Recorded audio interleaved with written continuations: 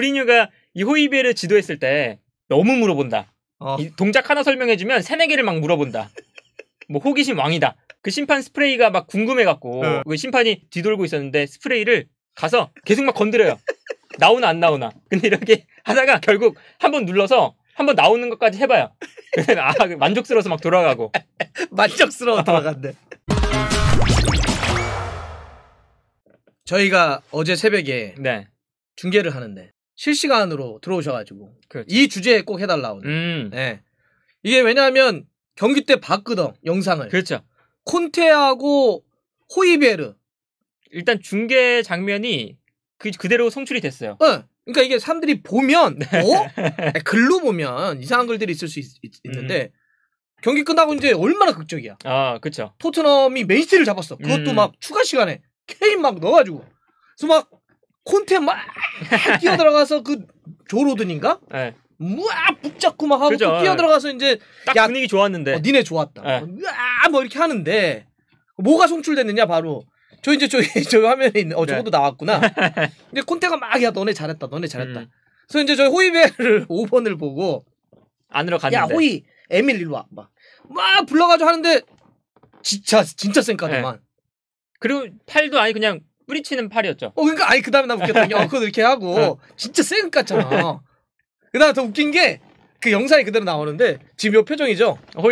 콘테가 이게 딱 하니까 어이없는 표정. 이게 뭐야? 그 다음에 약간 이렇게 한다. 다음에 다른 데 가서 이제 이렇게 약간. 그래서 그거를 보시니까. 그렇죠. 여기 다 있네. 캡처하는 게. 그러니까 사람들이 이거 뭐냐. 그래서 지금 그걸 해달라고 이야기를 했고. 네네네. 그래서 지금 많은 분들이 이거 진짜 궁금하다. 그렇죠. 그러니까 이 불화설이라는 게 나오거나. 근데 이게 이제 진짜 팩트 체크를 해달라. 진짜 불화가 있는 거냐? 아니면은 뭐 이런 경우들이 유럽에서는 종종 있냐? 아니면 콘테나 호이비에르가 이랬던 사례가 있냐? 왜냐면 분위기 좋은데. 그렇죠. 혹시 여기에 뭐가 좀 되지 않냐? 그러니까 사실 이렇게 좀 궁금하거든. 그래서 요 얘기를 좀 해주십시오. 오늘. 네. 일단 이제 뭐 기자들도 사실 이걸 모르죠. 어떻게 알 수가 없죠, 사실. 모르죠. 콘테나 이 호이비에르의 관계를 알 수는 없으니까. 일단 뭐 골드 기자도 사실 토트넘의 우호적인 기자다 보니까 그렇죠. 뭐 자기 이제 뭐 영상에서 뭐 호이비에르와 콘테는 서로 좋은 관계인데 뭐 그런 불안은 없을 것 같은데 뭐 이렇게 얘기를 했지만 누가 봐도 저거는 호이비에르가 콘테의 이 포옹을 뿌리친 모션이 나왔고 그리고 콘테도 표정이 재밌었어. 저게 나한테 감히 뭐 이러는데 여러분들 꼭 한번 찾아봐요. 저 영상 짧아요. 되게 짧은데 나는 콘테 표정이 너무 웃어. 약간 야 이러니까 개콘이 망하나라는 느낌도 있더라고. 되게 웃겨 난 그 장면이. 그게 되게 좀 그런 느낌이었어요. 예전에 이 프로레슬링에서 맞거나 누가 이제 되게 화내고 가면 막 째려보잖아. 나가는 사람한테. 언더테이커나 헐크 호건 시절에 스네이커 오버하면서 막 째려보잖아요. 맞아. 그런 느낌. 그래서 이게 약간 뭐지? 그래서 일부러 약간 세레머니를 한 건가 싶을 정도로 되게 하여튼 웃겨요 이 장면이. 그렇죠. 그리고 콘테 감독이 난 마지막 저 표정 보면서 또 어떤 생각이 드냐면 예전에 앙리랑 했던 인터뷰 있잖아요. 다 죽여버린다고. 말 안 들으면 어떻게 해버리겠다. 혹시 뭐 그런 것도 있을까? 그래서 일부 이제 현지에서도 그걸 이야기를 하는데. 그렇죠. 자, 그러면 이제 왜 이런 일이 일어졌을까? 약간의 추정과 더불어서 우리의 해석이 좀 필요할 것 같습니다. 자, 이 장면 따로 한번 보시고요. 일단 가장 유력한 이제 추론을 좀 해보자면 그렇죠. 추론입니다, 여러분들. 호이비에르가 이번 시즌 토트넘에서 가장 많이 뛴 선수 중 하나예요. 네네네네. 이미 출전 시간 순위를 좀 적어놨는데 케인 다음으로 가장 많이 뛰었죠. 요리스보다도 많이 뛰었습니다. 골키퍼보다도. 그런데 이제 케인은 최전방 공격수니까 그래도 이제 조금 활동 반경이 호이비에르보다 넓지 않죠. 근데 더군다나 호이비에르는 많이 뛰는 선수인데 경기에 거의 풀타임 매번 출장하면서 계속 뛰니까 그렇죠. 호이비에르가 최근에 많은 비판을 받았어요. 뭐 한참 좋았을 때만큼 아니다. 뭐 좀 투박하다. 뭐 이런 여러 이야기들이 좀 있었죠. 실제로 호이비에르의 폼도 안 좋아졌고 이제 리그만 놓고 보면 호이비에르가 21경기에 나왔거든요. 그런데 3경기를 빼고 모두 풀타임 뛰었습니다. 풀타임도 다 뛰었다. 그런데 이제 이 교체된 경기도 90분에 교체되고 79분에 교체되고 60분에 교체되고 요 정도인데. 그러니까 거의 뭐 사실상 대체 불가한 느낌으로 그쵸. 계속 뛰어왔었다. 거의 모든 경기를 나오고 가장 많은 이제 활동 반경도 보여주고 그리고 이제 기록만 봐도 압박을 시도한 횟수가 호이비에르가 토트넘에서 가장 많은데 오케이. 417회. 근데 두 번째가 에메르송 351회입니다. 난 그게 더 놀랍다. 에메르송이 그렇게 압박을 시도를 많이 했다는 게 로얄이. 그런데 1위와 2위의 격차가 크지. 압박 횟수가 60회 넘게 차이 나니까 그만큼 이 호이비에르가 엄청나게 뛰어다니면서 이 토트넘의 경기를 운영하는데 기여를 많이 했는데 여기서 문제는 호이비에르가 이렇게 많이 뛰다 보면 당연히 시즌 후반기로 갈수록 점점 퍼포먼스가 떨어질 수밖에 없죠. 그렇죠. 그것도 뭐 이번 시즌만 그런 것이 아니라 지난 시즌부터 거의 뭐 죽어라 뛰었으니까. 그렇죠. 그러다 보니까 이 호이비에르를 콘테 감독이 최근 들어서 체력적인 관리를 해주기 시작했습니다. 불화의 시작. 그렇죠. 갈등의 불화의 시작일 수도 있죠, 이게. 그래서 이 최근에 24라운드에 네. 사우스햄튼전에 60분에 교체를 했고. 맞아요. 그리고 25라운드 울버햄튼전에는 아예 벤치에 있었죠. 열받기 시작했다, 이제. 나를? 이 두 경기를 이제 교체를 하고 벤치에 앉히고 하다 보니까 결과적으로는 맨시티전에 호이비에르가 다시 체력적으로 좋은 상태가 되면서 그렇지. 아주 좋은 활약을 펼쳤어요. 맞아. 그랬는데 호이비에르 입장에서는 아니 나를 이렇게 홀대 내가 맨시티전에 하는 거 봤지. 그렇지. 뭐 이런 이제 상황이 되는 거죠. 그러니까 한마디로 얘기하면 삐진 거야. 그렇죠. 내가 그동안 정말 개처럼 뛰면서 나 죽을 것 같은데 나도 막 숨이 여기까지 올라오는데 나 여태까지 참고 뛰었는데 나를 빼? 네. 나를 선발에서 제외시켜? 조금 내가 조금 떨어졌다고 바로 빼? 그렇지 않아도 지금 요새 막 미디어나 저거 한국 커뮤 이런 데서 얘기 많이 나오는데 나를 빼? 이게 진짜 일이 열받은 거지. 그렇죠. 예. 그러다 보니까 맨시티전을 승리했는데도 불구하고 호이비에르가 콘테의 포옹을 뿌리치면서 나갔다. 나 그 장면 또 생각난다 진짜. 호이비에르 와봐. 사실 콘테는 아까 했던 것처럼 감독으로서 전체를 봐야 되니까 약간 체력 관리를 한 것 같아요. 그리고 중요한 경기 맞춰 넣으려고 그게 하고. 체력 관리가 주요했어요. 그래서 이번에 다이어드 경기 끝나고 이랬더만 이번 승리의 설계는 다 뭐 콘테 감독이 한 거다. 물론 이게 사회적 반응을 좀 한 것 같긴 한데 여하튼 감독은 생각을 했겠지. 그러니까 콘테도 그래 내가 호이비에르 조금 쉬게 좀 잘하자. 그래서 포옹을 같이 하려고 했는데 아이씨 안 해. 뒤끝 있더만. 그래서 이번에 일단 그 장면이 연출됐다. 그렇죠. 여기까지 얘기 드렸어요. 그래서 호이비에르가 나 형이랑 안 봐. 뭐 이런 느낌으로 이제 했다라고. 그런데 이 콘테와 호이비에르 이 두 사람이 사실은 만만한 성격들이 아니죠. 그렇죠. 여기서 문제는 만만하지가 않다. 호이비에르만 상남자가 아니다 이러죠. 콘테나 호이비에르는 이게 자기가 안 좋은 감정이 있으면 바로바로 표출을 하죠. 이게 뭐 그거 갖고 뭐 꽁하거나 뒤로 숨겨놓거나 이러지 않죠. 나는 마음에 안 든다. 그런데 이게 또 이 감정 표출하는 사람들끼리 잘못 부딪히면 화해할 수 없는 곳으로 가는 이런 경우도 있지만. 그래서 약간 좀 이렇게 서로가 한 명이 쏘면 한 명이 받아주고 이런 게 오래 가지. 그런데 이제 이 두 사람의 좀 최근의 성향들을 살펴보면 콘테 감독이 팀을 거칠 때마다 트러블을 있던 선수가 있었어요. 이런 선수들 사례들이 있죠. 일단 첼시에서는 윌리안과 디에고 코스타. 그래서 디에고 코스타는 아예 이 유명한 사건이 있죠. 콘테 감독이 다음 시즌에 너를 안 쓸 것 같다. 맞아. 문자로 보내서 맞아. 디에고 코스타가 그거에 너무 화가 나서 인터뷰 막 하면서 맞아. 그런 식으로 인간관계 하면 안 된다. 아예 그런 막 얘기를 했었고. 독해 이 형들 아주. 콘테 감독이 이제 첼시를 떠난 이후에는 윌리안이 직접적으로 이제 콘테 감독을 저격하면서 너무 선수단 관리를 타이트하게 한다. 선수단의 자율성을 너무 없다. 이러면서 막 비판을 하기도 했고. 그리고 뭐 이전에도 이 콘테 감독이 유일하게 이제 트러블이 없었던 팀은 유벤투스. 아무래도 유벤투스 레전드니까 그렇죠. 거기서는 그냥 좋게 나왔거든요. 그런데 이탈리아 대표팀에서도 좀 불화가 있었고 마지막에 나올 때. 맞아. 그리고 인터밀란에서도 이 이적 시장에 일단 이적 시장에서 구단주가 날 안 도와준다. 뭐 그래가지고 막 기자회견 때 난리 나고 막 그거 갖고 또 하고 나중엔 또 뭐 그렇죠. 화해하는 거 하고. 구단주가 중국 사람이잖아요. 그러니까 맞아요. 왜 중국에만 가 있냐? 와서 소통을 해야지. 막 이런 인터뷰까지 직접 하고. 그쪽은 좀 답답하긴 해. 여러 가지로. 뭐 그런 얘기도 했는데 선수와 또 트러블이 있었던 건 라우타로. 라우타로가 이제 교체되는데 이 콘테 감독이 이제 교체를 하고 사인해서 나오니까 불만을 엄청 표시했죠. 그러면서 교체 당하자마자 라우타로가 콘테 감독한테 뭐라고 발언을 하면서 물병을 막 차면서 나오고 콘테 감독은 그걸 막 따라가면서 막 손가락질하면서 소리치고. 그렇죠.